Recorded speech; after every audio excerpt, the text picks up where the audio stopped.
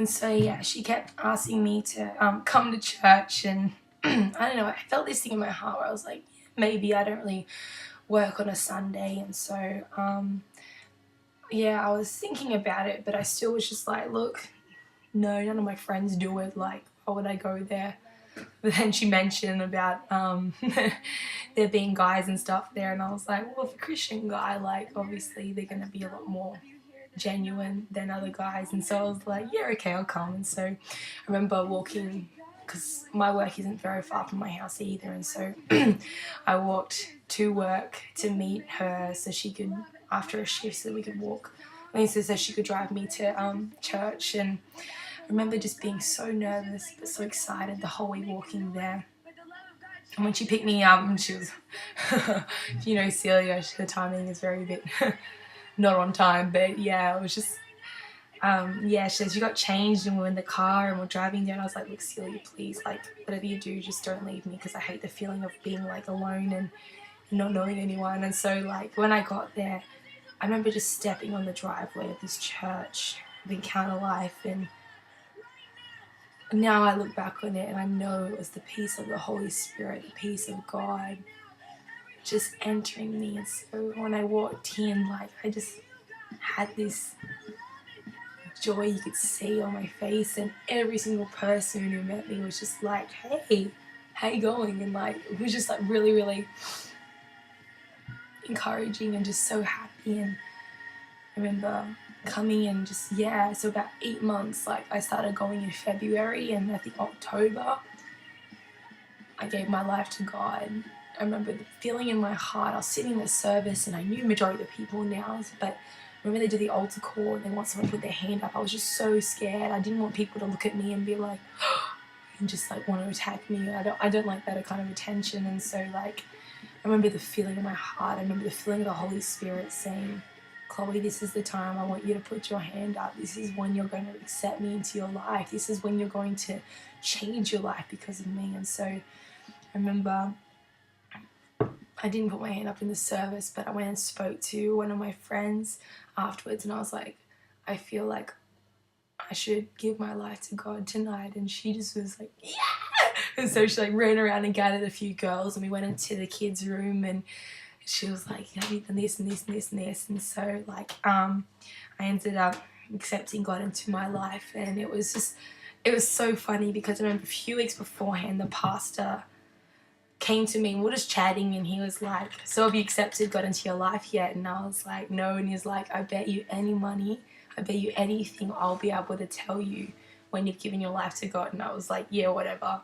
And I remember giving my life to God, and he walked past and he was like, I know you've done it. And I was like, oh my gosh, how did you know? And I remember just being just crazy, just so happy. I could just feel the Holy Spirit, the joy of the Holy Spirit just in me, and I was just so energetic and excited. But about 3 weeks after that, I had already booked to go to schoolies with my friend. So I went the year after I finished school, and I went with I went with my best friend at the time, and she just finished school, so it was her year. But I really wanted to go to Queensland for some reason for schoolies. And so yeah, so I packed up, and I kind of didn't want to go, but I didn't want to waste my money, because it was like $2,000 we put towards this. And so yeah, so I ended up going up there, and it was just so funny. Like, since I just accepted God into my life, it's like from that I was able to see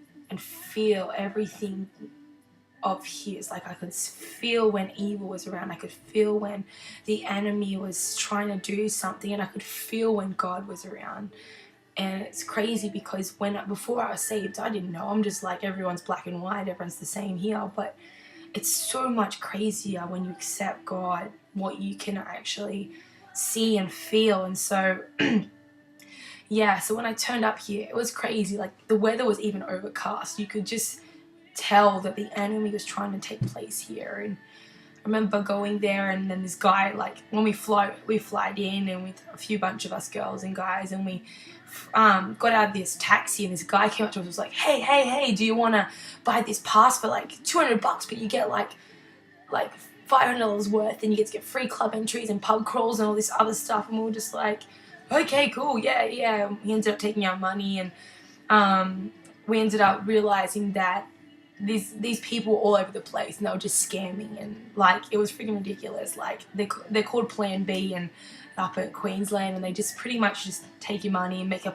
paper card, and they make money from that. But hey, they just do it as a job. They don't understand what they're actually doing. But I remember going there, and just everywhere I could just feel evil, and so many people obviously up there don't know God and don't have a relationship with Him, and so I guess they were just going around just doing what they do because that's what they believed is life. And so I remember checking in our hotel and going for walks and stuff, and I just didn't want to be there. I felt really disgusting. And then we had these people come up and knock on our hotel room and introduce themselves, and they were called Red Frogs, and I didn't know at the time, but I just had this exciting vibe about them, like I could feel God off them. And this was before I knew that they were Christians, and their heart was just there to help out people and just show love and just walk in love, because that's what Jesus did. He constantly just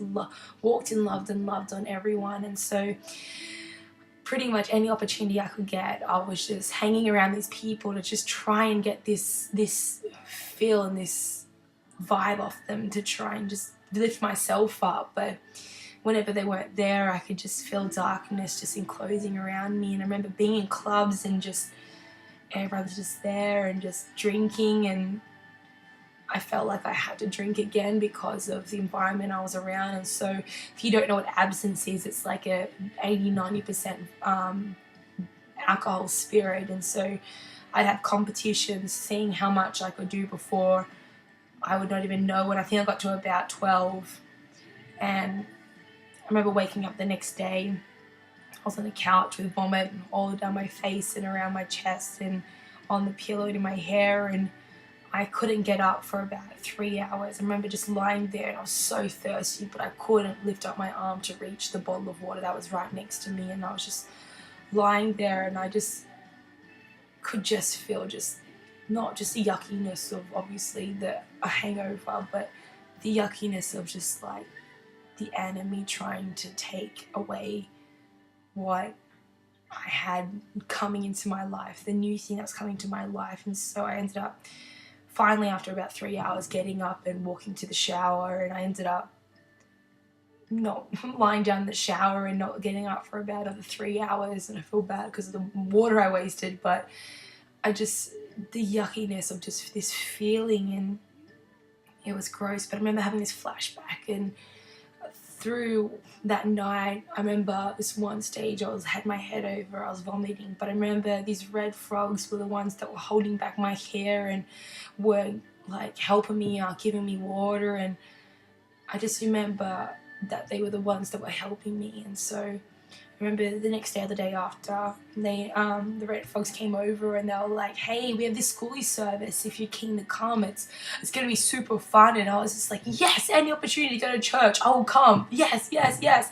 And so I tried to encourage, like, pretty much, we're staying at a small hotel, we're staying at Trinket Gardens, and I pretty much was like, everyone, we have to go. And they were like doing shots and everything. I was like, I don't care, bring it with you, we're going to church, we're going to this service. And so we ended up getting maybe about 8 or 10 people coming, which was so exciting. And Red Frogs came over, and I was like, thank you so much, I'm here, let's go. And so we walked in this service. I remember all these Red Frogs were lined up like through the door, up the stairs into the service, and they were just like, yeah, high five and everything. And I was just like, yeah, this is what I need. And so I was just so excited. And when we walked in, we sat down, I was just like, yes, I could just feel the presence of God around me, and I could just wanted to breathe it in. I just wanted to accept it. And so when the service started, like, my friends were sitting beside me, and they first had this pancake eating competition. I was like, I'm not going in there, I'll probably vomit everywhere.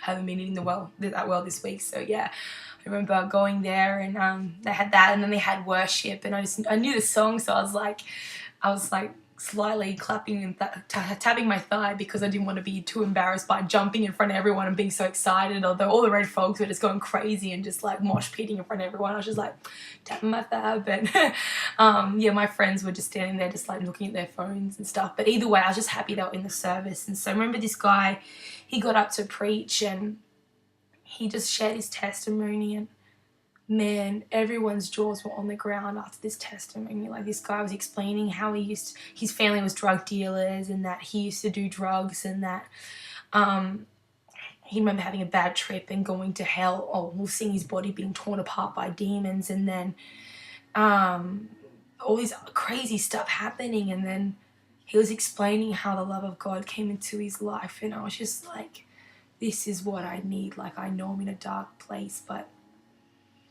I need this love of God. And I remember them doing the salvations, and I didn't want to put my hand up to embarrass my friends or whatever, but I knew I'd given my life to God a couple of weeks beforehand, but at the same time I wish I did. But I remember seeing so many people going to the front and just accepting the love of God, and I knew that after experiencing this wasn't going to be the end of me coming here and just seeing the lost saved. And so I remember going, I came home and I made really good friends with Deb. If you don't know Deb, she's on the Red Frog. She is so amazing. Oh my gosh, I love you, Deb.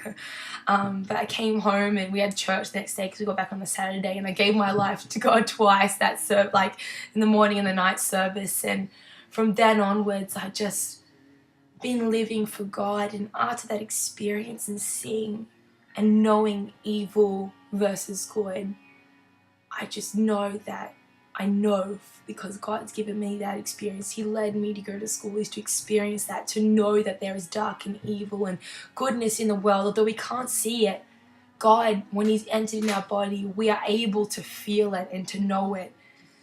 And so ever since then, I've stopped drinking, I've stopped going to clubs, not because I think it's bad, but because that urge and that need to go there has been taken out of my life. And I'm so excited. I feel so free and so accepted because God has taken it all off for me. Like, He took everything that I've done, the drinking, the drugs, the partying, the boys, the rape, the shoplifting. He took it all to the cross for me.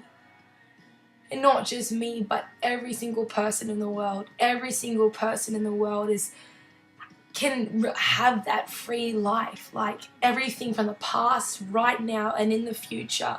He's put it on the cross for us. He's put it on the cross for us so we can have a relationship with Him. So we can see the dark and the evil. We can see what He sees. So we can also have that ability to go to heaven and know that we are going to live eternally in a life where there isn't any evil anymore, where in the world we don't have to deal with rape and sickness and even lies and all that evil stuff, but we can just prosper in fruit in the world and just know that He is good and that His love is just constantly for us. And so I just encourage you guys, like, this is just my testimony and it's all because of God. I am not going to take any credit for myself or anyone else, but the love of God is what's saved me and what has made me what I am now. Like, I am so blessed and I have not turned back. I have not turned back. Like, I can admit that I have, in my walk with God, I've constantly been challenged by different things, where it's arguing, where it's fights, whether it's lust, whether it's drinking, just being challenged by drinking. Like, I constantly am challenged, but when I lean on the grace of God, He helps me make those decisions and what's going to benefit me. And so that's my testimony, and I just hope it encourages you, whether you've been through it or not, just to know that God is for us and that He is constantly reaching out His arms to want to meet with you and be with you. Like, whether you guys know me or you don't, just know that this is for everyone and not just for me. So I just encourage you guys, if you don't know God, or if you just want to feel loved and just spend some time with someone who knows God, feel free to inbox me or even just anyone, or even just pop into a church. Like, you are going to feel accepted no matter what. But yeah, God bless, and I love you guys.